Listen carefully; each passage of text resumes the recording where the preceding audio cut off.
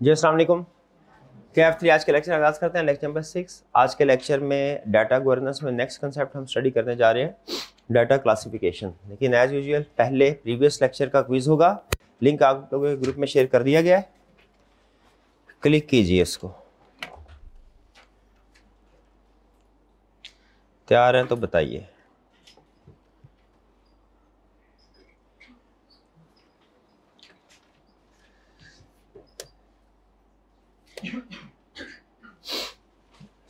जी, सबसे पहले CRN लिख लीजिए। आपके सामने इस वक्त CRN की फील्ड डिस्प्ले हो रही होगी, उस पर अपना CRN लिखिए।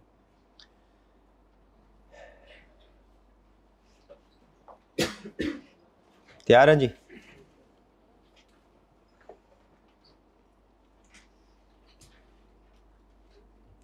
चलिए, ये रहा आपका पहला क्वेश्चन।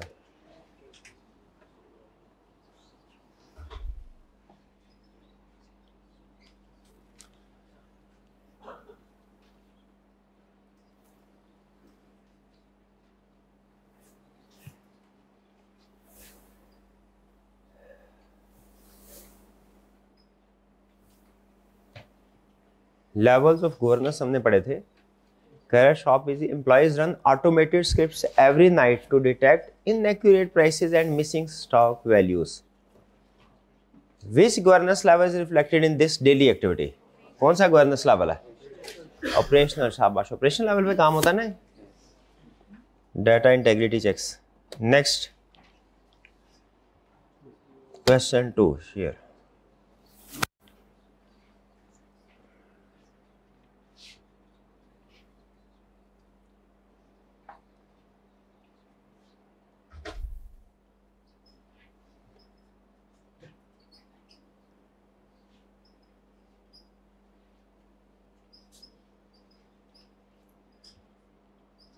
जी, CEO ने फंडिंग अप्रूव की है।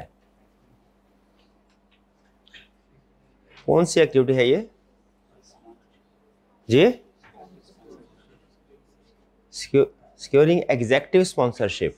ठीक है, क्योंकि ये जो रिसोर्सेज एलोकेट करने होते हैं किसी भी IT रिलेटेड एक्टिविटी को, ये एग्जेक्टिव्स ने एलोकेट करने। नेक्स्ट,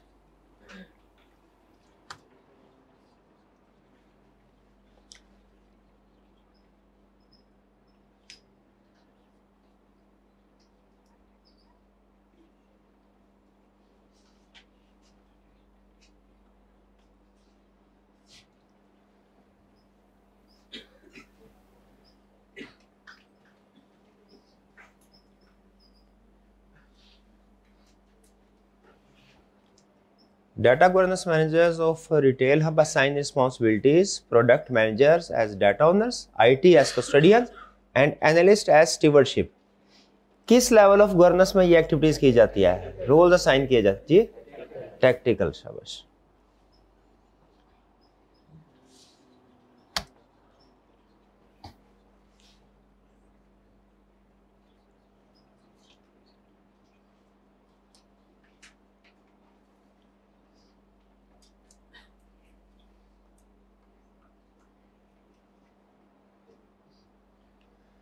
जी, नर्सिस को सिर्फ रेलिवेंट वार्ड्स में पेशेंट फाइल की एक्सेस है। डॉक्टर्स जो है वो चूंकि डिफरेंट वार्ड्स को विजिट करते हैं तो उनकी जो एक्सेस लेवल है वो ब्रॉडर है।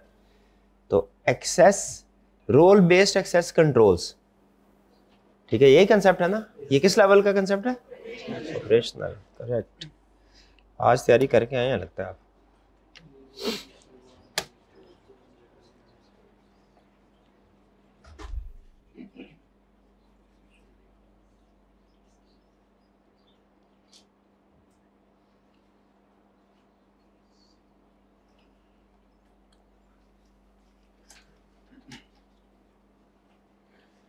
Education Ministry wants to ensure it is managed with privacy and retention rules to meet national regulations।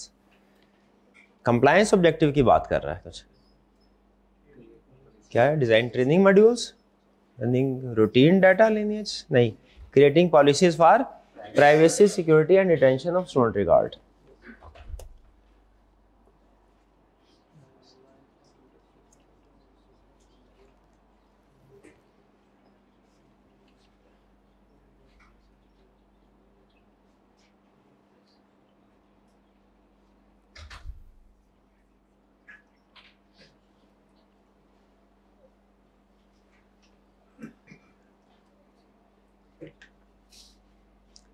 Customer appear multiple times in booking system under slightly different names, यानी name में कोई ए ई के spelling जो है वो आगे पीछे हो जाते हैं। कस्टमर एक ही है लेकिन समटाइम्स स्पेलिंग की वजह से या किसी और की वजह से कभी पूरा नाम लिखा, कभी कोई एक आधा एब्रीविएशन लिख दी, उसमें जो इनिशियल लिख दिए, उस वजह से डिफरेंट रिकॉर्ड क्रिएट हो जाता है। तो कह रहा है कौन सी एक्टिविटी इंश्योर करेगी कि डुप्लीकेट रिकॉर्ड जो है वो हम डिलीट करते रहें? Operational, resolving duplicate and inconsistency record. कल हमने डिफरेंट टाइप्स के डाटा एरर पढ़े थे ना, ऑपरेशनल में मेरा सबसे अहम कंसेप्ट यही था कि कितनी तरह के डाटा एरर हो सकते हैं जो कि इन्होंने रिजॉल्व करने होते हैं।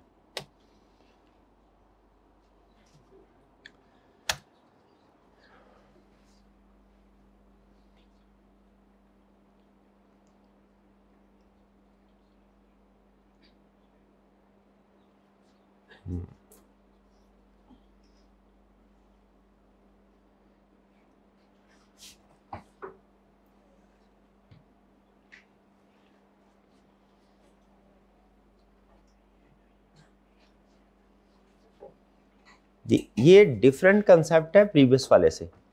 यहाँ पे रूल्स क्रिएट हो रहे हैं, बना रहे हैं वो, जबकि प्रीवियस वाले में वो उनकी कंप्लायंस कर रहे थे, उनके मुताबिक अमल कर रहे थे। प्रीवियस को हमारा जो कंसेप्ट था वो इस पे बेस कर रहा था, परफॉर्मिंग डेली चेक्स, ठीक है। लेकिन ये वाला कंसेप्ट किस पे रिलेट कर रहा है? Introducing data standards for consistency and classification, ताकि हमें इंश्योर है कि हमारा डाटा कंसिस्टेंट है, प्रॉपरली क्लासिफाइड है, करेक्ट है। फ्यूचर में कभी भी हमें एनालिसिस, किसी भी वक्त एनालिसिस करने की जरूरत पड़ सकती है, तो हमें करेक्ट डाटा रेडिली अवेलेबल होना चाहिए। ऐसा नहीं है कि उस वक्त जब हमें एनालिसिस परफॉर्म करने की जरूरत हो उस वक्त हम डाटा को पहले करेक्ट कर रहे हो कि जी पहले इसको सीधा बदरा कर लें, उसके बाद एनालिसिस परफॉर्म करेंगे। उसमें फिर हमारा एनालिसिस और डिसीजन मेकिंग डिले हो जाती है।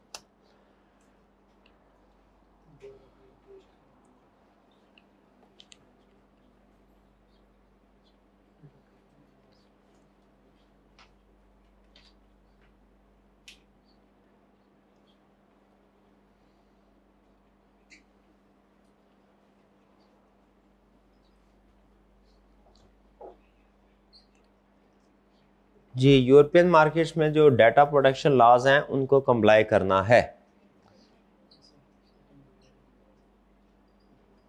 कौन सी एक्टिविटी है? कौन सी? D, setting the vision and data. शाबाश।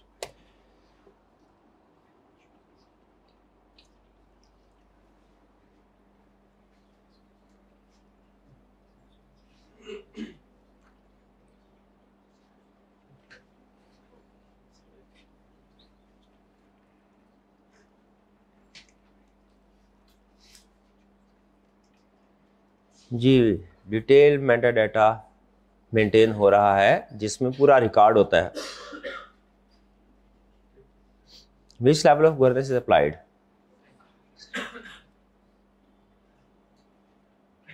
स्ट्रेटजिक या टैक्टिक? जी correct, C operational. Maintaining metadata and tracking data lineages. Insurance company maintains data maintain कर रहे हैं और इसकी वजह से यूजर जो है वो उनको ट्रांसफॉर्मेशन का पता चल जाता है, सारे डाटा का रिकॉर्ड क्या है, क्योंकि फाइल लेवल पे रिकॉर्ड मेंटेन हो रहा है जो कि यूजर मेंटेन कर रहा होता है, इसलिए ये ऑपरेशनल है। Last question.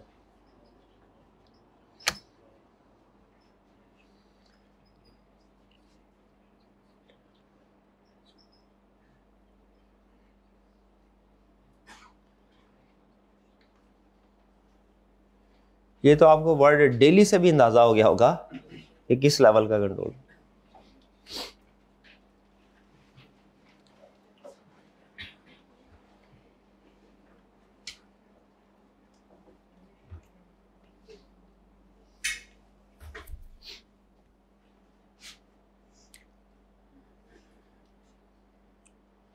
जी ऑपरेशनल, शाबाश। चलिए अब अपने टॉपर्स की तरफ चलते हैं।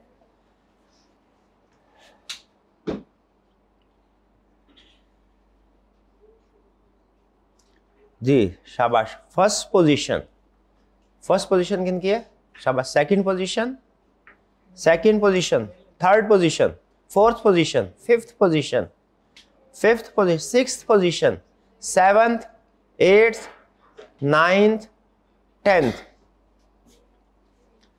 चलिए ये था हमारा क्विज।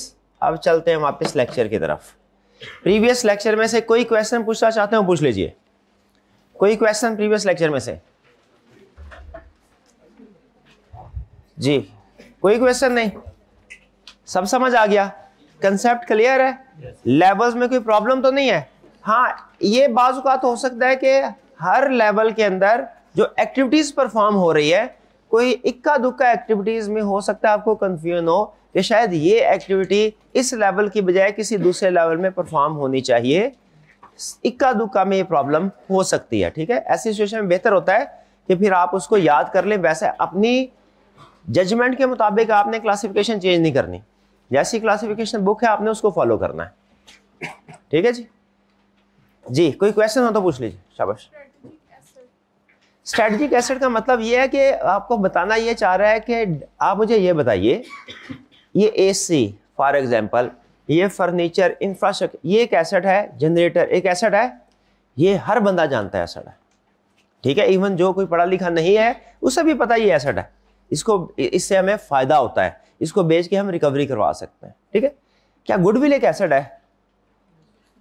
गुडविल एक एसेट है, हाँ बिल्कुल एसेट है, लेकिन ये अकाउंटेंट सिर्फ जानते हैं कि एक एसेट है। एक ऐसा पर्सन जो पढ़ा लिखा नहीं है उसे इस चीज का अंदाजा नहीं है कि गुडविल क्या होती है और ये कैसे एसेट है, ठीक है। वो कहेगा ये कौन सी चीज है जो कहीं एग्जिस्ट नहीं करी, नजर नहीं आती, हमें ये कौन सा एसेट है, लेकिन आपको पता है कि इससे हमें कंपनी को बेनिफिट होता है। ऐसे उसी तरह आईटी की फील्ड में जो डाटा है ना, ये आईटी एक्सपर्ट यही ये जानते हैं कि डाटा भी एक एसेट होता है, इंफॉर्मेशन भी एक यूजफुल रिसोर्स है, ठीक है।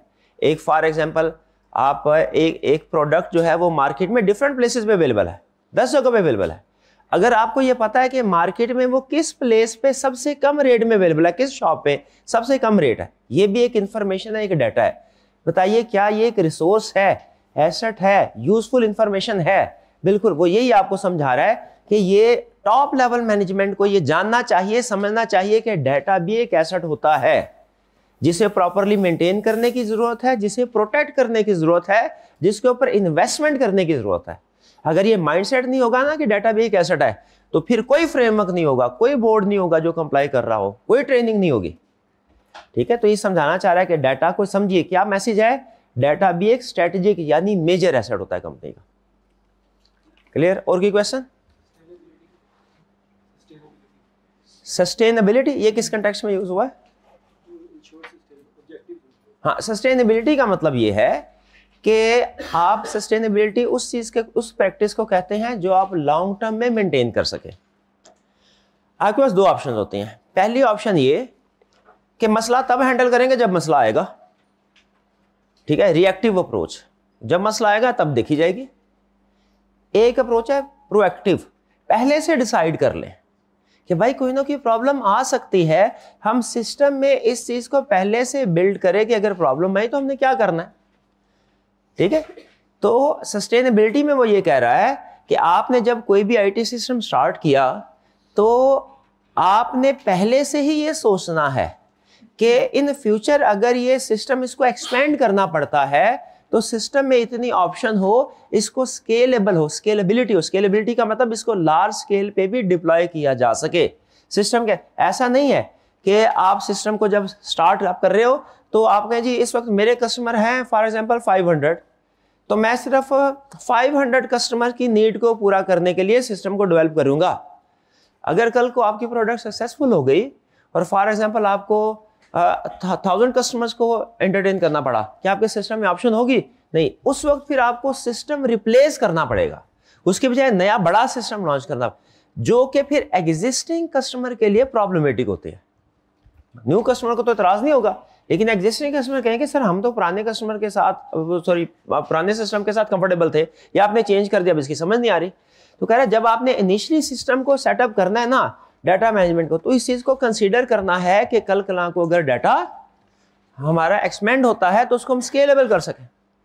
जैसे आपने डिसाइड किया कि आप अपना डाटा जो है वो लोकल सर्वर पे भी रखेंगे, लोकली भी होगा, और क्लाउड पे भी आपने एक बैकअप कॉपी क्रिएट करनी है। अब करंटली आपका डाटा है फॉर एग्जांपल, जो डाटा करंटली है वो है 5 TB का डाटा ऑर्गेनाइजेशन का, ठीक है, आप कहते हो ठीक है आपने वेंडर को सेलेक्ट किया कि वेंडर जो थी उसमें लोएस्ट रेट उसने दिया था, लेकिन वो वेंडर मैक्सिमम 5 TB ही ऑफर कर रहा था बेस्ट। और एक दूसरा वेंडर है जो कि फॉर एग्जांपल 50 TB तक प्रोवाइड कर रहा है सर्विस, वो कह रहा है आप पैकेज 5 वाला भी ले लें, लेकिन अगर कभी अपग्रेड करवाना चाहते हो तो 10 TB भी अपग्रेड करवा सकते हैं, 20 भी करवा सकते हैं, 50 भी। इसका पैकेज थोड़ा सा एक्सपेंसिव है, जबकि दूसरे वाला जो सिर्फ जिसके पास एक ही पैकेज है वो कौन सा है, 5 TB वाला। आपकी नीड है for example 3 TB, 4 TB, 5 TB, किसको सेलेक्ट करेंगे, किसको, क्या 5 वालों को सेलेक्ट नहीं, पैकेज 5 वाला ही लेंगे। एक वेंडर के पास ऑप्शन है पैकेज 5 वाला, अपग्रेडेशन की ऑप्शन नहीं है। दूसरे वेंडर के पास ऑप्शन है पैकेज 5 TB वाला, लेकिन अपग्रेडेशन की ऑप्शन है, किसको सेलेक्ट करेंगे, अपग्रेडेशन की ऑप्शन के साथ। करंटली हमारे फ्यूचर में हो सकता है सिस्टम में चेंज है, डाटा हमारा ज्यादा हो जाए, तो तब क्या करेंगे, तब फिर सारे का सारा डाटा एक वेंडर से दूसरे वेंडर को मूव करना बड़ी प्रॉब्लम होती है। इसमें बात का कुछ फाइल ट्रांसफर नहीं भी होती, डिलीट हो जाती है, ठीक है, या कुछ और इस तरह के प्रॉब्लम। इसीलिए वो आपको समझा रहा है कि स्टार्ट से ही स्केलेबिलिटी को सामने रखे, सस्टेनेबिलिटी को सामने रखे, स्टार्ट स्मॉल लेवल पे करें, लेकिन ये जहन में रखें कि अगर कभी लार्ज लेवल पे हमें काम करना पड़ गया तो हमारे रिसोर्सेज में ऑप्शन हो कि वो स्केलेबल हो, अपग्रेडेबल हो। ठीक है, और कोई क्वेश्चन? जी शाबाश। हाँ जी,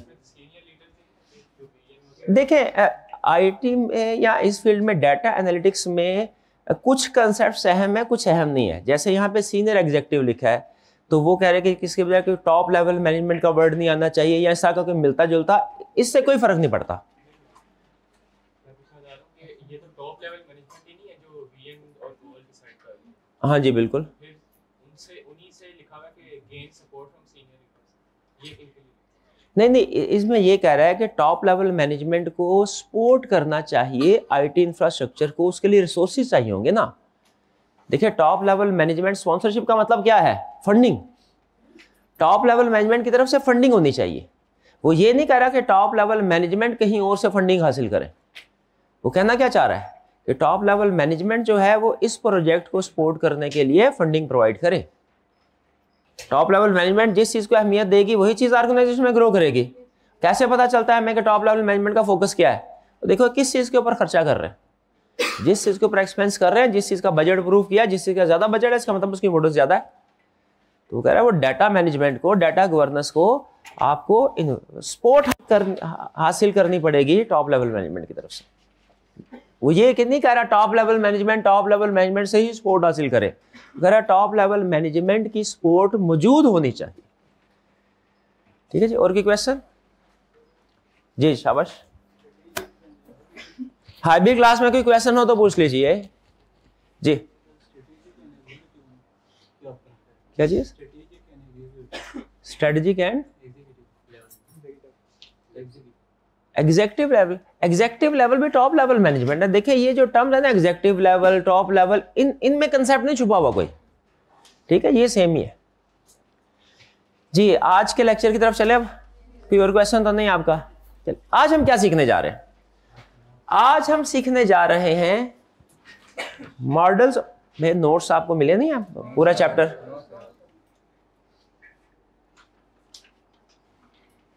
नहीं अब करे वो भाई को, वो नीचे बैठे हुए, पूछे उनसे जी। आज हम स्टडी करने जा रहे हैं मॉडल्स ऑफ डाटा क्लासिफिकेशन।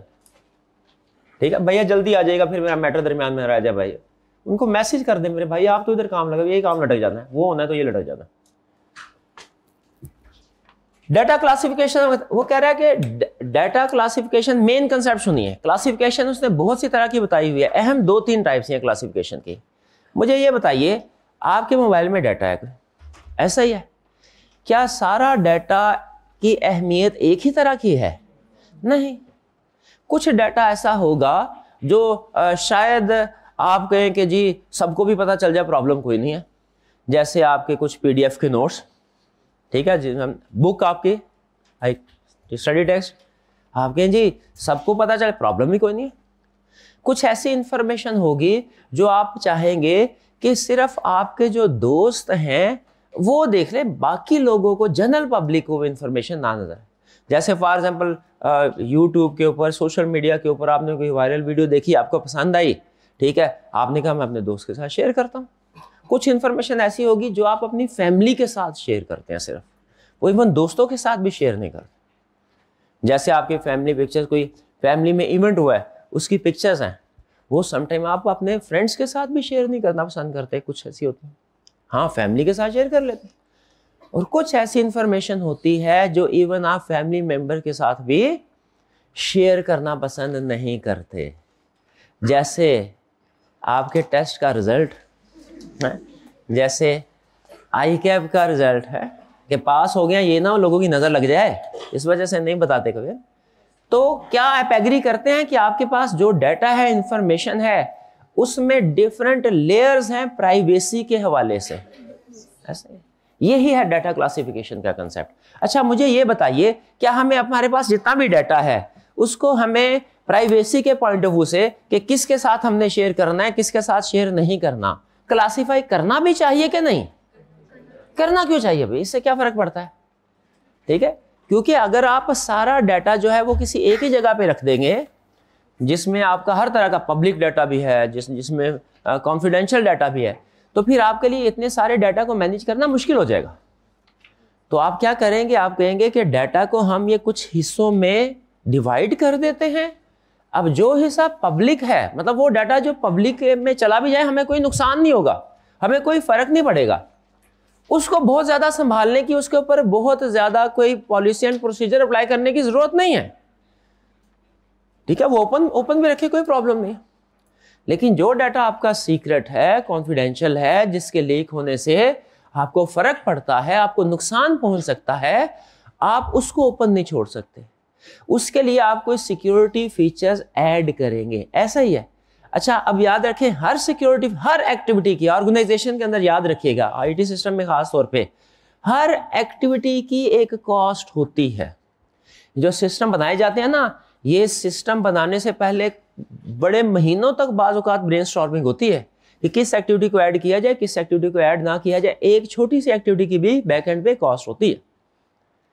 ठीक है, जैसे अब आप वाइब कोडिंग है, आप सॉफ्टवेयर वगैरह बनाते हैं, तो इवन एक सिंगल छोटा सा भी प्रॉम्प्ट आप देना कि भाई ये सॉफ्टवेयर बना है, मैं इसमें ये चीज़ अब ऐड करना चाहता हूँ, ये चीज़ डिलीट करना चाहता हूँ, छोटा, उसके बदले में भी कॉस्ट होती है। ठीक है, एक मिनट की एक्टिविटी परफॉर्म हुई, छोटा सा प्रॉम्प्ट था, भाई ये वाला बटन ऐड कर दो, $0.3 कट जाते हैं। ठीक है, जो कितने 100 रुपीज़ के करीब बनता है। बज़ाहिर 100 रुपीज़ आप देखें तो शायद कोई इतनी अमाउंट नहीं है, लेकिन जब आप बड़ा सॉफ्टवेयर बना रहे होते हैं, उसमें छोटी छोटी चेंजेस कर रहे होते हैं, तो ये छोटी छोटी चेंजेस में हर एक की अलग कॉस्ट है। अब मैं अगर ये करूँ, मैं कोई ये छोटे छोटे जो मैंने अमेंडमेंट्स करनी है सॉफ्टवेयर में, अलग अलग करूँगा, मेरी कॉस्ट कई गुना बढ़ जाएगी। अगर मैं एक ही प्रॉम्प्ट के अंदर वो इन्फॉर्मेशन ऐड कर दूंगा, मेरी कॉस्ट कंपैरेटिवली सेव हो जाएगी। छोटी छोटी एक्टिविटीज़ की भी कॉस्ट होती है। तो अगर आप कहते हो जी डाटा को सिक्योर ही करना है, तो मैं हर तरह का डाटा सिक्योर कर लेता हूं, चाहे पब्लिक है चाहे कॉन्फिडेंशियल है, तो उसका फर्क क्या पड़ेगा? नुकसान क्या होगा? नुकसान आपकी कॉस्ट बढ़ेगी, और नुकसान ये होगा कि हो सकता है कि वो डाटा सारा आपने अगर इकट्ठा एक जगह रखा हुआ है, अगर या तो आपने उस सारा डाटा के ऊपर सिक्योरिटी फीचर अप्लाई करेंगे या किसी के ऊपर भी सिक्योरिटी फीचर अप्लाई नहीं करेंगे। ठीक है, दोनों सूरतों में मुनासिब नहीं है। सारे कंप्लीट 100% डाटा को without classification security features add करें, कॉस्ट कई गुना बढ़ जाएगी। और इससे सिक्योरिटी फीचर किसी के ऊपर भी ऐड ना करे तो आपकी प्राइवेसी, आपको नुकसान पहुंच सकता है। कैसा हो सकता है हमारा डाटा लीक हो और हमें उससे कोई नुकसान पहुंचे? बिल्कुल हो सकता है। तो बताइए क्या बेहतर है, सारे डाटा को एक ही जगह पे रखे, एक ही जगह से ट्रीट किया जाए, या डाटा की क्लासिफिकेशन कर दी जाए और क्लासिफिकेशन के मुताबिक उसमें सिक्योरिटी फीचर्स ऐड किए जाए? बताइए क्या बेहतर है? यही आपको मैसेज आज के लेक्चर में वो दे रहा है। क्लासिफिकेशन डाटा का मतलब यही है, डाटा अपना एनालाइज करें और उसके मुताबिक उसको क्लासिफाई करें, क्लासिफाई करने के बाद फिर डिसाइड करें ये डाटा मैंने किसके साथ शेयर करना है, किसके साथ शेयर नहीं करना, इस डाटा पे कौन सा सिक्योरिटी फीचर ऐड करना है, कौन सा सिक्योरिटी फीचर जो है वो ऐड नहीं करना, ये बाद में डिसाइड करें डाटा की इंपॉर्टेंस के लिहाज से। जैसे हमारी जिंदगी में हमारे इर्द गिर्द बहुत से लोग होते हैं ना, कुछ लोगों के होने ना होने से हमें फर्क नहीं पड़ता, कुछ लोगों के होने ना होने से फर्क पड़ता है। तो क्या हमें सारे लोगों के साथ हमारा ट्रीटमेंट एक जैसा होना चाहिए? नहीं, फर्क होता है।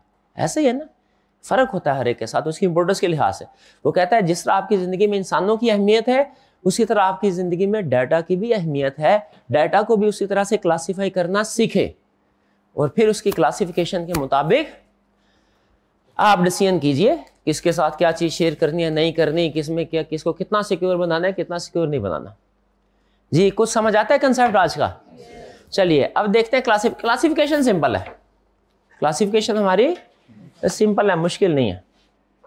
एक दो जगह पे थोड़ा सा हमें इसको मेमोराइजेशन की तरफ जाना पड़ेगा, वरना ओवरऑल क्लासिफिकेशन सिंपल है। क्या ये सबसे पहले डाटा की क्लासिफिकेशन कहता है, क्लासिफिकेशन का मतलब क्या है? आप अपने डाटा को, इंफॉर्मेशन को डिफरेंट ग्रुप्स में क्लासिफाई करें, हर ग्रुप को एक लेबल या हेडिंग दे दें। यह है डाटा क्लासिफिकेशन।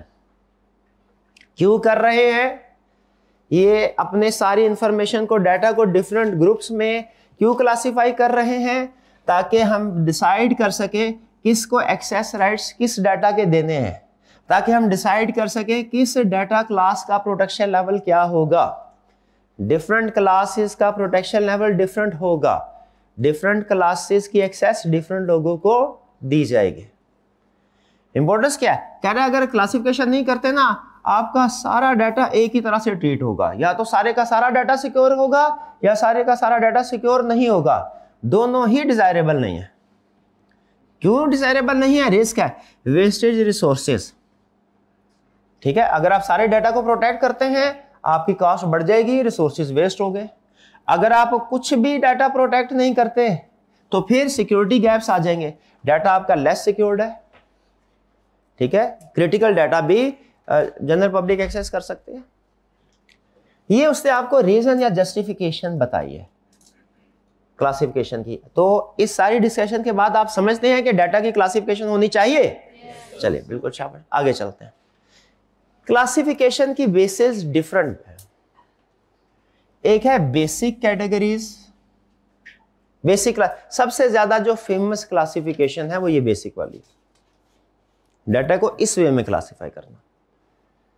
लेकिन इसके अलावा रोल बेस्ड क्लासिफिकेशन भी है, इसके अलावा कंप्लायंस बेस्ड क्लासिफिकेशन भी है, इसके अलावा लाइफ साइकिल बेस्ड क्लासिफिकेशन भी है डाटा की, और फिर गवर्नमेंट के पॉइंट ऑफ व्यू से भी क्लासिफिकेशन है, गवर्नमेंट और डिफेंस पॉइंट ऑफ व्यू से।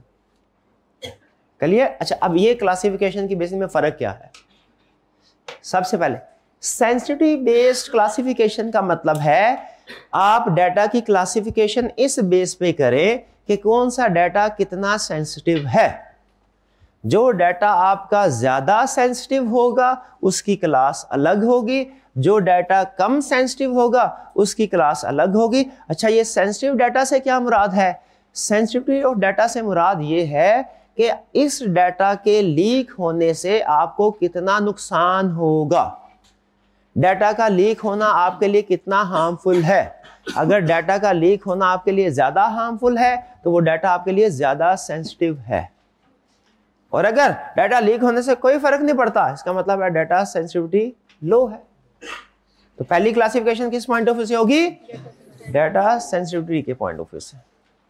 दूसरी क्लासिफिकेशन होगी रोल बेस्ड। रोल बेस्ड का मतलब क्या है?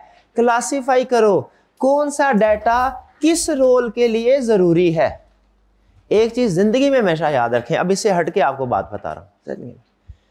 किसी पर्सन को आपने जरूरत से ज्यादा इंफॉर्मेशन नहीं देनी। किसी भी पर्सन को जरूरत से ज्यादा इंफॉर्मेशन आपने नहीं। बाज़ औक़ात लोगों के साथ हमारे अच्छे ताल्लुकात हैं। मेरा बहुत अच्छा दोस्त है, ठीक है, कॉलेज में 6 महीने हुए हैं, लेकिन हमारी दोस्ती बहुत गहरी होगी। उसको अपने बारे में, बहन भाइयों के बारे में, फैमिली मैटर्स, हाँ सब कुछ बता दिया। जरूरत से ज्यादा किसी पर्सन, इसको ये थोड़ी सी मुश्किल है क्योंकि अभी आप अपनी लाइफ के स्टार्ट में है ना, तो इस तरह के रूल्स आपको नहीं सिखाए जाते। किताबों में नहीं लिखी होती इस तरह की बातें, किताबों में लिखा। कोई बंदा हमारा दोस्त है तो ऐसे लगता है कि जैसे उसको दिल की हर बात बता देनी चाहिए, ये तो अच्छी बात है, ये तो गहरी दोस्ती की निशानी है। नहीं करना। सिंपल रूल पूरी जिंदगी का क्या? किसी भी पर्सन को उसकी जरूरत से ज्यादा इंफॉर्मेशन अपने बारे में नहीं देनी। अब ये आपने खुद डिसाइड करना। मैंने बहन भाइयों के साथ क्या इन्फॉर्मेशन शेयर करनी है, दोस्तों के साथ इन्फॉर्मेशन क्या शेयर करनी है, अपने बारे में क्या बताना है, और दूसरे लोगों के साथ क्या। तो बहरहाल कहता है रोल बेस्ड क्लासिफिकेशन, डिसाइड करो रोल के लिहाज से किस बंदे को क्या इंफॉर्मेशन पहुंचनी चाहिए। अब चूंकि हम कंपनी के पॉइंट ऑफ व्यू से डिस्कशन कर रहे हैं, बिजनेस ऑर्गेनाइजेशन में, तो डिसाइड करो टॉप लेवल के लोगों के पास क्या इंफॉर्मेशन होनी चाहिए, कौन सी इंफॉर्मेशन जो है वो डायरेक्टर्स के लिए, कौन सी इंफॉर्मेशन हमारी जो है वो मिडिल लेवल मैनेजमेंट के लिए। फॉर एग्जांपल किस एम्प्लॉय को किस इंफॉर्मेशन की एक्सेस चाहिए, ठीक है। अब ये प्राइस जो है, फॉर एग्जांपल सेल्स के बारे में इंफॉर्मेशन है कि कौन कौन सी क्वांटिटी अवेलेबल है हमारे पास प्रोडक्ट की, उसकी डिस्क्रिप्शन क्या है, उसकी सेल प्राइस क्या है। ये सेल्स डिपार्टमेंट के एम्प्लॉयज को तो इसकी एक्सेस होनी चाहिए, परचेज वालों को होनी चाहिए, कोई नहीं होनी चाहिए। अच्छा, जो अगले 5 साल का बजट हम बना रहे हैं, आगे हमारी स्ट्रेटजी क्या होगी, ये मुझे बताइए। अगर मैं आपसे पूछूं कि हमारी फ्यूचर में स्ट्रेटजी क्या है, कैसे हमने कंपेटिटर से बेहतर परफॉर्म करना है, मार्केट को कैसे पेनिट्रेट करना है, ये क्या जनरल स्टाफ सबको पता होना चाहिए, डिपार्टमेंटल लेवल डिपार्टमेंट को किसी स्पेसिफिक डिपार्टमेंट को पता होना चाहिए, या एग्जीक्यूटिव लेवल टॉप लेवल के जो एग्जीक्यूटिव्स हैं हमारे, उनको एग्जीक्यूटिव लेवल। तो इसी तरह इंफॉर्मेशन, कौन सी इंफॉर्मेशन किसके पास होना चाहिए ऑर्गेनाइजेशन के अंदर, किस लेवल के पास, ये रोल बेस्ड क्लासिफिकेशन। फिर क्लासिफिकेशन है कंप्लायंस बेस्ड। कंप्लायंस बेस्ड का मतलब आपको पता है, हमने ऑब्जेक्टिव में भी एक बात पढ़ी थी कि आजकल डाटा के ऊपर बहुत से लॉज एप्लीकेबल हैं, डाटा मेंटेनेंस के ऊपर, डाटा इंटेग्रिटी पे, डाटा सिक्योरिटी के ऊपर, डाटा प्रोटेक्शन के ऊपर, ठीक है। इवन कॉलेज के पास आप लोगों ने एडमिशन लिया, अपनी पर्सनल इंफॉर्मेशन शेयर की, कॉलेज पे भी डाटा प्रोटेक्शन लॉज अप्लाई होते हैं कि आपका डाटा कॉलेज ने प्रोटेक्टेड रखना है, सिक्योर्ड रखना है, ठीक है, किसी और पर्पस के लिए यूज नहीं करना, सिर्फ जिस पर्पस के लिए शेयर किया गया उसी पर्पस के लिए। तो क्या क्वेश्चन ये है कि क्या डाटा प्रोटेक्शन के हवाले से कोई दुनिया में एक ही लॉ है? जवाब है नहीं। आपको याद होगा हमने यूएसए में पढ़ा था, वो अलग लॉ है, यूरोपियन कंट्रीज में अलग लॉ है, पाकिस्तान में अलग लॉ है, पाकिस्तान वाला पीका एक्ट वो अलग लॉ है, ठीक है। यूरोपियन और अमेरिकन वो आपको याद होंगे, मुझे नहीं याद क्या थे, सीसीपी है, और कौन सा था,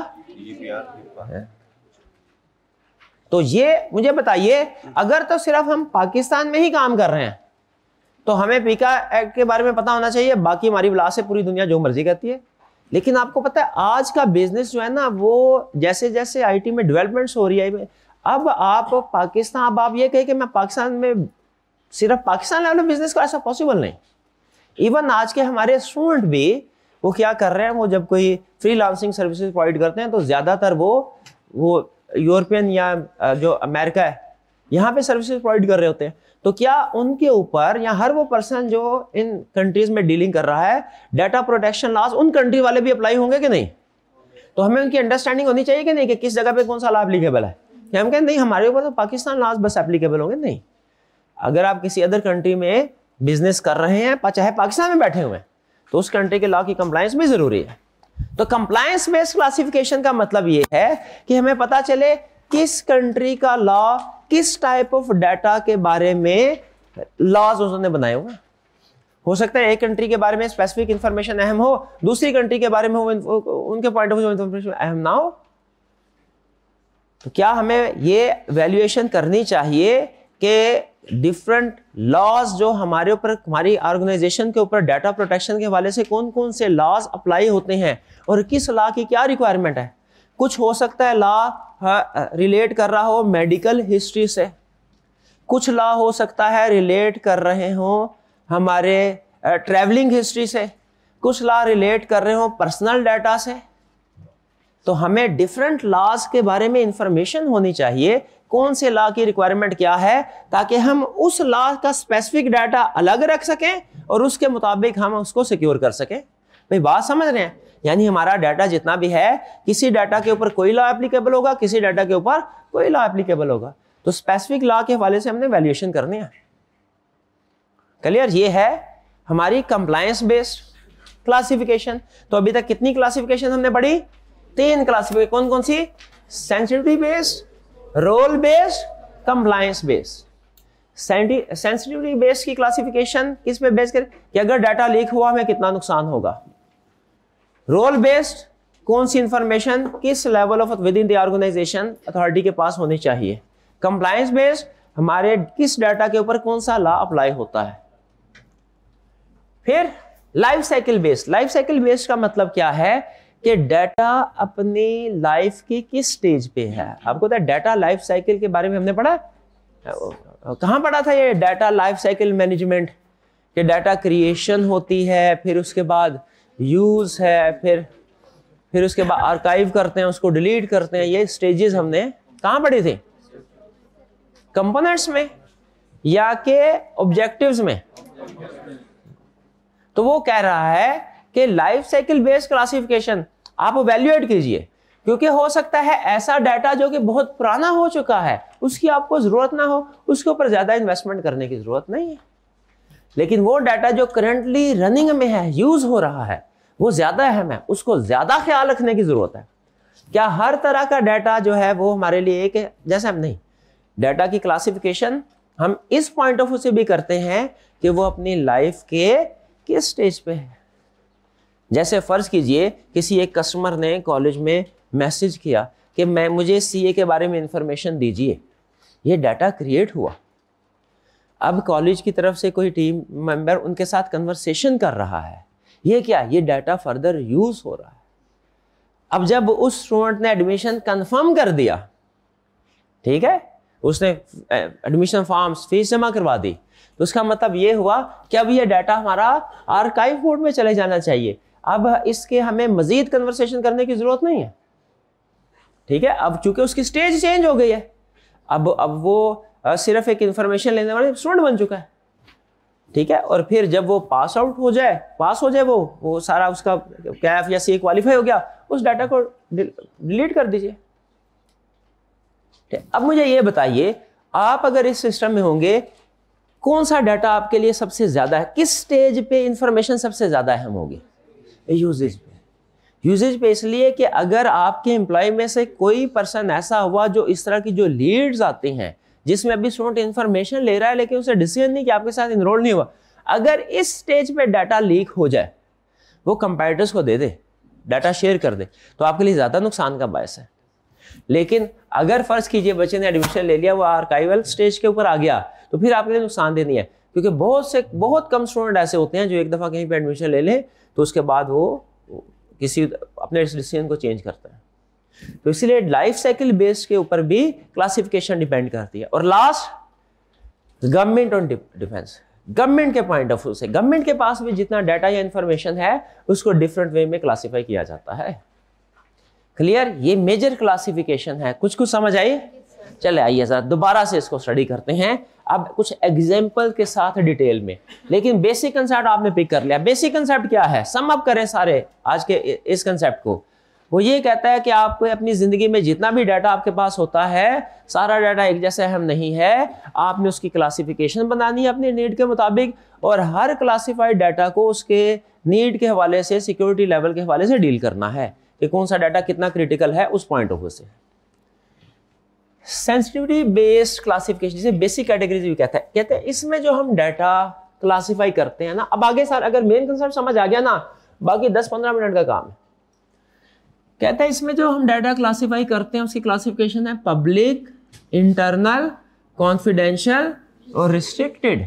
किसी भी ऑर्गेनाइजेशन में जितना भी डाटा होता है उसके हम अगर सेंसिटिविटी बेस्ड क्लासिफिकेशन करें तो क्या क्या क्लासिफिकेशन होगी? Public, internal, confidential, restricted. Public data कौन सा डाटा? जो फ्रीली शेयर किया जा सकता है, कोई टेंशन ही नहीं, करो, सारी दुनिया के साथ शेयर कर दो, वेबसाइट पे अपलोड कर दो। ये कौन सा डाटा होता है? ब्रोशर्स वगैरह, प्रमोशनल मटेरियल, कंपनी के बारे में इंफॉर्मेशन, ठीक है, बेसिक इंफॉर्मेशन, कब बनी, क्या प्रोडक्ट सर्विसेज क्या प्रोवाइड करती है, प्रोडक्ट्स कौन सी है, ये पब्लिक डाटा। इस पे प्रोटेक्शन लेवल क्या होना चाहिए? वेरी लो, वेरी लो, ठीक है। फिर उसके बाद इंटरनल डाटा कौन सा होगा? जो जनरली वेबसाइट्स के ऊपर अवेलेबल नहीं होता, वो इंटरनल एम्प्लॉयज के लिए।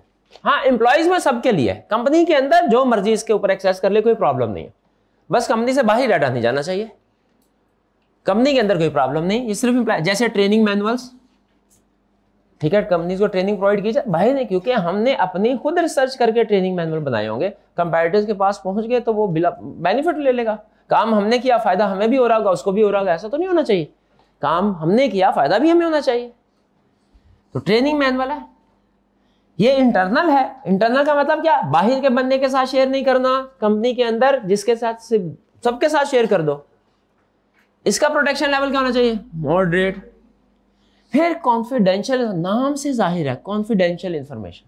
ये इतनी सेंसिटिव इंफॉर्मेशन होती है जिसमें अगर शेयर हो जाए इसमें तो कोई नुकसान नहीं है, ठीक है, लेकिन इसमें कॉन्फिडेंशियल में किसी हद तक नुकसान हो सकता है। इसमें भी कोई थोड़ा सा नुकसान ही हो सकता है कि कंपैरेटर को भी फायदा, कंपैरेटर को हमारी वजह से फायदा हो जाए, नुकसान ही है, ठीक है। कॉन्फिडेंशियल, इसमें नुकसान, जैसे कस्टमर की इंफॉर्मेशन डाटाबेस बनाया हुआ है, वो कंपैरेटर के पास इंफॉर्मेशन चल जाए, वो हमारा कस्टमर तोड़ देता है, 2-3%, 5% डिस्काउंट ऑफर करेगा, कस्टमर हो सकता है उसके पास चला जाए, नुकसान होगा। एम्प्लॉयज की सैलरीज 5,000, 10,000, अच्छा एम्प्लॉय है हमारा, कंपैरेटर ने 10,000 ज्यादा ऑफर किया, हो सकता है एम्प्लॉय छोड़ के उधर चला जाए। तो इसीलिए ये इंफॉर्मेशन कॉन्फिडेंशियल रखी जाती है, ठीक है। या कंपैरेटर को नहीं भी, एक एम्प्लॉय की सैलरी दूसरे एम्प्लॉय को पता चलेगा, अच्छा मैं तो इतना काम करता हूं, मुझे 50,000 देते हैं, उसको 60,000 देते हैं, नहीं सर जी मैं जा रहा हूं, वरना मेरी भी सैलरी बढ़ाएं। इस तरह की प्रॉब्लम्स आती हैं। तो क्या ये सैलरी, कस्टमर इंफॉर्मेशन कॉन्फिडेंशियल है? अब ये एम्प्लॉयज को भी नहीं पता चलनी चाहिए। ये तो एम्प्लॉयज को पता चल जाए कोई प्रॉब्लम नहीं है, ये वाली इंफॉर्मेशन एम्प्लॉयज को भी पता नहीं चलनी चाहिए। इसकी प्रोटेक्शन लेवल हाई है।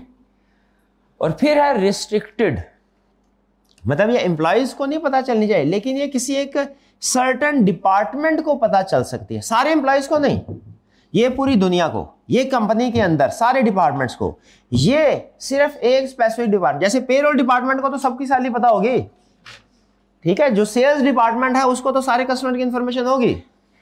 अब ये रिस्ट्रिक्टेड कौन सा वाला डाटा है? जो कि सिर्फ टॉप लेवल मैनेजमेंट को पता, डिपार्टमेंट्स को भी नहीं। जैसे ये हाईली सेंसिटिव होता है, ठीक है, जैसे क्रेडिट कार्ड इंफॉर्मेशन, कंपनी के बैंक की फाइनेंशियल पोजीशन की इंफॉर्मेशन, फ्यूचर के प्रोजेक्ट्स क्या हैं, प्लान क्या है फ्यूचर में, कौन सी न्यू प्रोडक्ट्स लॉन्च करने जा रहे हैं, कब लॉन्च करने जा रहे हैं, उसमें फीचर्स क्या होंगे, ठीक है। आजकल में देखिए एआई की जो जंग है उसमें एक एक फीचर अगर आपका ऐड हो जाता है उसकी वजह से आप आगे निकल जाते हैं, पीछे चले जाते हैं, ठीक है। तो प्रोडक्ट्स में ये इसका प्रोटेक्शन लेवल वेरी हाई होगा। क्लियर? सेंसिटिव बेस्ड क्लासिफिकेशन समझ आ गई? एग्री करते हैं कि ये ठीक है, इसमें कोई प्रॉब्लम नहीं। रिस्ट्रिक्टेड इंफॉर्मेशन या डाटा ऐसा होगा जो आपकी ऑर्गेनाइजेशन के बारे में ऐसी इंफॉर्मेशन है जो अगर कंपेटिटर्स को पता चल गई तो वो आपको सबसे ज्यादा नुकसान होगा। जैसे फर्ज कीजिए आप एक LLM क्रिएट करते हैं, ठीक है, अब उसका नॉलेज बेस क्या है? LLM के बैकएंड पे क्या होता है? नॉलेज ही है ना बेसिकली, जिसकी बेस पे उसने प्रेडिक्शन करने हैं। अगर वो नॉलेज बेस आपका सारा कॉपी करके कोई एम्प्लॉय कंपैरेटर को दे दे तो वो बड़े आराम के साथ अपना LLM क्रिएट कर, या इससे भी आसान एग्जांपल समझें, ये तो चलिए आईडी वाली हो गई। कोक बनाने का फार्मूला, मुझे ये बताइए क्या वो जनरली सबको पता चलना चाहिए?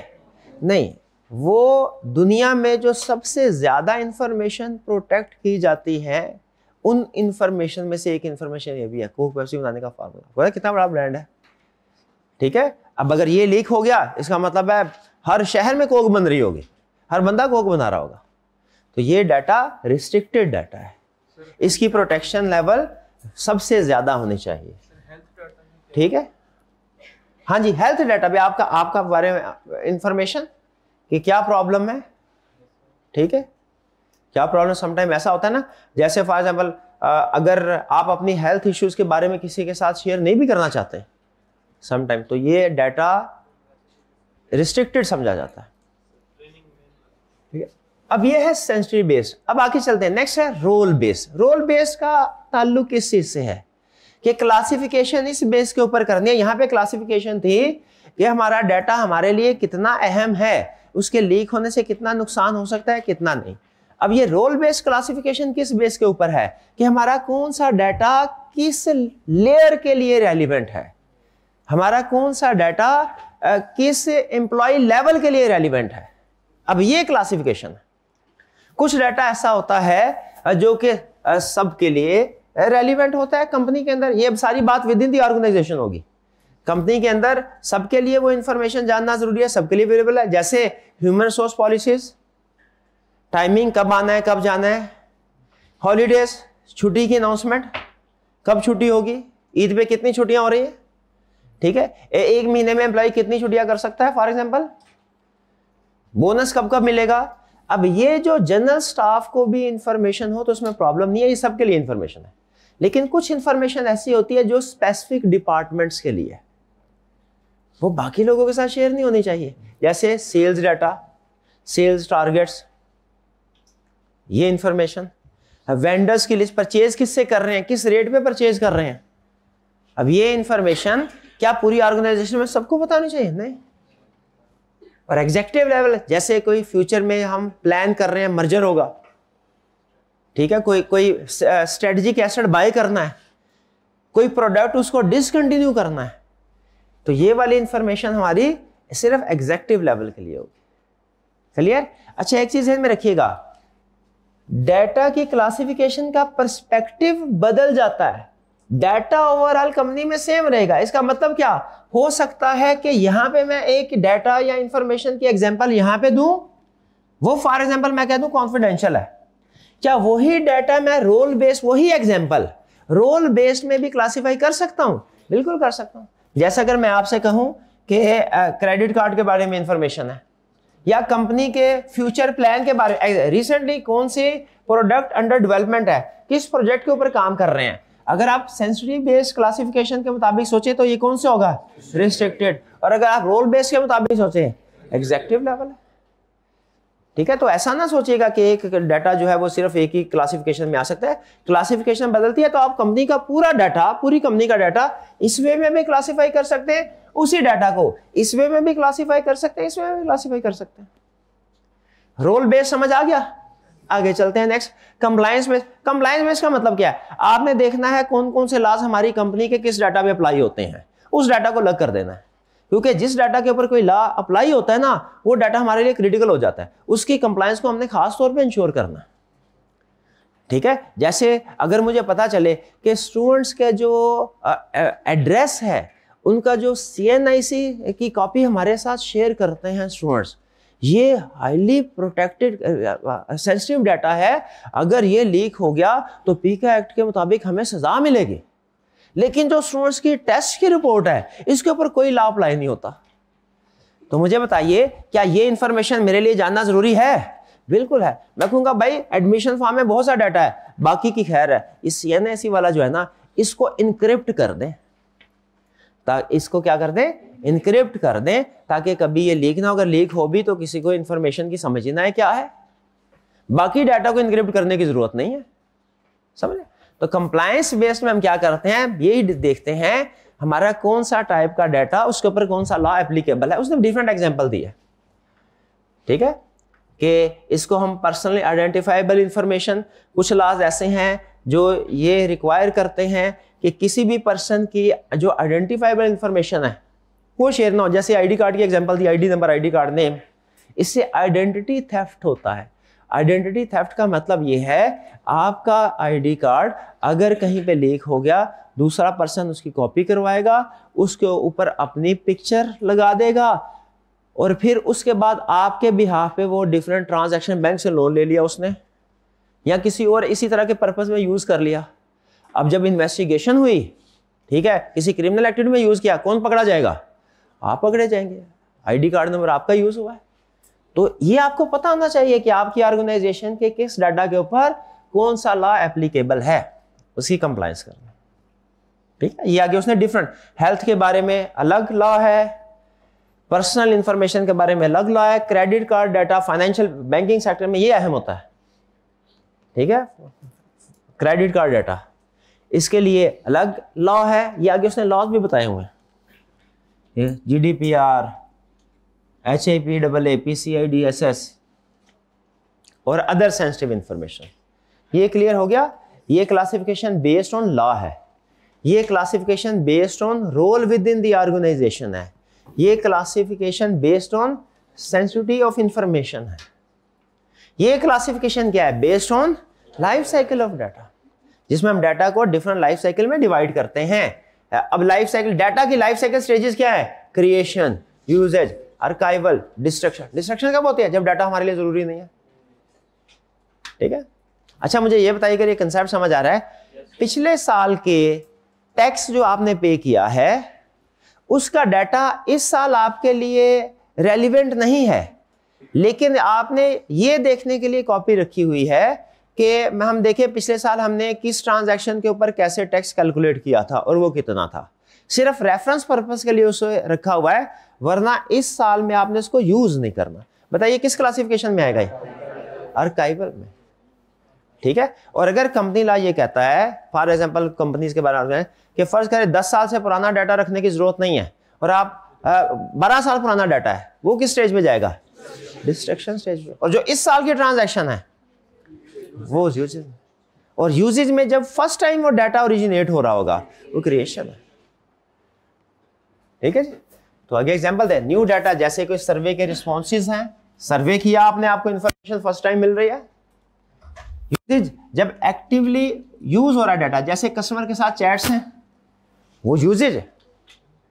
फर्स्ट मैसेज कस्टमर का क्रिएशन, कस्टमर ने वो लिंक के ऊपर क्लिक किया, हमारे साथ चैट बॉक्स में आ गया, creation, conversation, usages. Archival stored किया जाता है रेफरेंस के लिए, जैसे पुराना टैक्स रिकॉर्ड, ये पुराना टैक्स रिकॉर्ड है पिछले साल का, इस साल का नहीं। और डिस्ट्रक्शन जो एक्सपायर्ड ऐसी प्रमोशन जो आपने कुछ साल या कुछ महीने पहले की थी, अब वो खत्म हो चुकी हैं, उनको डिस्ट्रॉय करते हैं। गवर्नमेंट के लिए भी क्या डाटा की अहमियत है? बिल्कुल है। अच्छा ये कंसेप्ट लगभग वही है जो ये वाला कंसेप्ट है, सिर्फ उसने नाम चेंज किया। ये नेम असल में गवर्नमेंट सेक्टर में ज्यादा यूज होते हैं। जैसे आपने क्लासिफाइड इंफॉर्मेशन, अनक्लासिफाइड इंफॉर्मेशन के बारे में सुना होगा, ये अल्फाज government sector, government agencies use करती हैं, आम कंपनी में यूज नहीं किया। Top secret file, top secret, कभी इसका की टर्म सुने? अनक्लासिफाइड इंफॉर्मेशन कौन सी है? ये गवर्नमेंट की ऐसी इंफॉर्मेशन है जो पब्लिकली अवेलेबल है, इसमें कोई प्रॉब्लम नहीं, शेयर की जा सकती है। ठीक है। फिर इसके बाद रिस्ट्रिक्टेड इंफॉर्मेशन कौन सी है, या सम टाइम क्लासिफाइड भी कह सकते हैं। रिस्ट्रिक्टेड इंफॉर्मेशन कौन सी है? जो अगर लोगों को पता चले थोड़ा बहुत नुकसान होगा। ठीक है। कोरोना फैल रहा है, अनक्लासिफाइड इंफॉर्मेशन, लोगों को पता चलना ही है, लेकिन मे भी कोरोना से कितने लोग मर रहे हैं, गवर्नमेंट के ख्याल में ये अभी लोगों को बताना मुनासिब नहीं है, तो वो इंफॉर्मेशन फिर क्या हो जाएगी? रिस्ट्रिक्टेड हो जाएगी। जो कोई डिस्क्लोज हुई तो थोड़ा बहुत पब्लिक पैनिक हो जाती है। कॉन्फिडेंशियल इंफॉर्मेशन कौन सी है? जो मॉडरेटली, अगर लोगों को पता चली, मॉडरेटली हार्मफुल होगी। सीक्रेट इंफॉर्मेशन कौन सी है? जिसकी वजह से लोगों को सीरियस हार्म, ज्यादा नुकसान होगा, ऐसी इंफॉर्मेशन। ठीक है। जैसे फॉर एग्जांपल कंट्रीज के एक दूसरे के साथ जो एग्रीमेंट्स बाजुकात होते हैं, उन एग्रीमेंट्स की डिटेल वो नहीं चाहते दूसरे लोगों के साथ। पाकिस्तान ने फॉर एग्जांपल चाइना से जहाज खरीदे, अब उनको ऑपरेट करने का तरीकाकार, फॉर एग्जांपल उनका मैनुअल या जो दूसरी चीजें इंफॉर्मेशन में कौन कौन से फीचर्स हैं। ठीक है। साइफर, शाबाश, साइफर को ऐसा कहते हैं टॉप सीक्रेट में क्लासिफाई कर लेते हैं। टॉप सीक्रेट कौन से हैं? ग्रेव हार्म, जो अगर लोगों को पता चले बहुत ज्यादा नुकसान होगा। जैसे न्यूक्लियर कोड्स, न्यूक्लियर कोड्स अगर पता चल गए कि हैकर ने किसी अगर न्यूक्लियर कोड का अंदाजा लगा लिया, वो तो न्यूक्लियर अटैक कर सकता है। ये इंफॉर्मेशन टॉप सीक्रेट है। तो ये गवर्नमेंट के पॉइंट ऑफ व्यू से इंफॉर्मेशन के क्लासिफिकेशन है। ये वाला कंसेप्ट, फिफ्थ वाला और फर्स्ट वाला बैकएंड में कंसेप्ट सेम है। ये भी सेंसिटिव की इंफॉर्मेशन बेस पे है, इसमें भी यही है कि कौन सा डाटा हाई सेंसिटिव है, कौन सा लो। फर्क सिर्फ यह है कि स्पेसिफिक गवर्नमेंट ऑर्गेनाइजेशन के लिए। क्लियर जी? तो ये आपको पता चल गया क्लासिफिकेशन ऑफ डाटा। आगे कुछ छोटा सा कंसेप्ट है कि कुछ इंटरनेशनल फ्रेमवर्क कह दो, जो ये बताते हैं, जैसे सारी डाटा की क्लासिफिकेशन हमें कैसे पता चली? हमें डाटा की क्लासिफिकेशन किसने बताई? इंटरनेशनली फ्रेमवर्क है जो ये बताते हैं, हमें गाइडेंस प्रोवाइड करते हैं कि आपने डाटा को किस तरीके से क्लासिफाई करना चाहिए, और अभी तो सिर्फ आपको क्लासिफिकेशन सिखाई है, अगला काम तो अभी रहता है। गैस करें नेक्स्ट स्टेप कौन सा है, गैस करें नेक्स्ट, अगर कंसेप्ट समझ आए फिर बता सकेंगे वरना नहीं। हाँ, सिक्योर कैसे करना है, जो हमारे हाईली सेंसिटिव डाटा है, जो हमारा रिस्ट्रिक्टेड डाटा इधर, या हमारा यहाँ पे सीक्रेट टॉप सीक्रेट डाटा है, उसको सिक्योर कैसे करना है, वो तो बात। अब यहाँ पे जो फ्रेमवर्क्स है ना, इनमें पूरी बात बताई जाती है। अभी तो आपको आधा कंसेप्ट बताया गया है। फ्रेमवर्क में ये भी बताया जाता है कि आप डाटा को कैसे क्लासिफाई कर सकते हैं और फिर इसको सिक्योर कैसे करना है, उसकी सेशन भी दी जाती है। ये अलग मॉडल है, ये अमेरिकन फ्रेमवर्क है, ये इंटरनेशनल फ्रेमवर्क है, ISO IEC 27001 27001। ये फ्रेमवर्क क्या है, ये रूल्स हैं जो आपको ये बताते हैं इंटरनेशनल, जैसे काउंटिंग इंटरनेशनल स्टैंडर्ड होते हैं ना, कि पूरी दुनिया में अच्छी काउंटिंग करनी है तो ये करो। तो पूरी दुनिया में अगर आप अच्छी क्लासिफिकेशन डाटा की करना चाहते हैं, डाटा को अच्छे तरीके, तो पूरी दुनिया में बेस्ट प्रैक्टिसेस क्या चल रही है, क्या पता होना चाहिए। डाटा की क्लासिफिकेशन की, डाटा को सिक्योर करने के लिए बेस्ट प्रैक्टिसेस पूरी दुनिया में क्या चल रही हैं, पता, इसके लिए ISOs होते हैं, इंटरनेशनल स्टैंडर्ड्स। लास्ट में ये नया ये भाई, ये समझ आ गया आपको, ये USA में फ्रेमवर्क एप्लीकेबल है और ये इंटरनेशनल। लास्ट में है, उसने एक बैंक के पॉइंट ऑफ व्यू से एग्जांपल दी है, किताबें नोट्स वगैरह बंद कर दें। मैं आपसे पूछता हूं, इंफॉर्मेशन मैं दूंगा एक बैंक की एग्जांपल रख के, आपने मुझे बताना है कि आप इस डाटा को कैसे क्लासिफाई करेंगे। ये इनमें, इस कैटेगरी में, इसके ऊपर आपने देखना, इधर नहीं देखना, आखिरी एक्टिविटी क्लास की, इसके बाद क्लास खत्म। लेकिन उधर नहीं देखना, इधर देखना है, ना उधर नहीं, इधर। इंफॉर्मेशन मैं बताऊंगा, आपने कैटेगराइज करना है उसको। इनमें से एक बैंक है, उसने स्टाफ ट्रेनिंग मैनुअल बनाए हैं, क्रिएट किए हैं।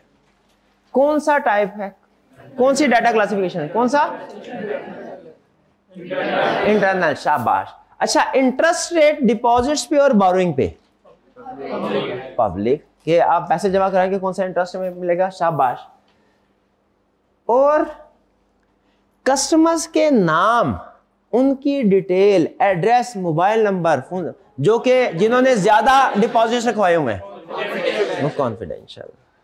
और लास्ट, कस्टमर के क्रेडिट कार्ड इंफॉर्मेशन, उनके पासवर्ड्स, रिस्ट्रिक्टेड।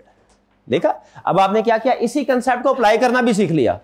और किस इंडस्ट्री के पॉइंट ऑफ व्यू से सीखा, क्या अगर इसी तरह आपको किसी और टेलीकॉम इंडस्ट्री में डिफरेंट इंफॉर्मेशन दे दी जाए, इस तरीके से क्लासिफिकेशन कर सकते हैं?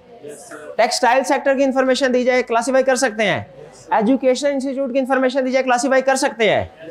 ये स्किल आपसे एग्जाम में, केस स्टडी में रिक्वायर्ड हो सकती है कि आपको इंफॉर्मेशन दे दी जाएगी और आपसे पूछा जाएगा क्लासिफाई करो।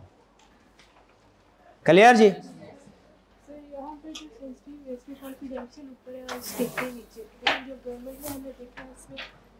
हाँ, गवर्नमेंट के लेवल ज्यादा है। देखिए, वो अलग क्लासिफिकेशन है ना। अब नहीं, अब हम गवर्नमेंट को ये नहीं कह सकते कि वो आप अपनी क्लासिफिकेशन चेंज करें। गवर्नमेंट सेक्टर में जो क्लासिफिकेशन है, हमने उसको अलग रखना है और सेंसिटिव बेस्ड क्लासिफिकेशन को अलग रखना है। इसको मिक्स ना करें, मतलब मैच करने की भी कोशिश ना करें, बेहतर ये। क्लियर जी? कुछ समझ आया? Data classification clear? अभी एक आधा काम हुआ, आधा काम हमारा रहता है, वो कौन सा है? उसको कंट्रोल कैसे करना है इसको, वो फिर हम किसी नेक्स्ट लेक्चर में सीखेंगे। क्लियर जी? चलिए, आज का लेक्चर यहाँ पे खत्म करते हैं। अल्लाह हाफिज।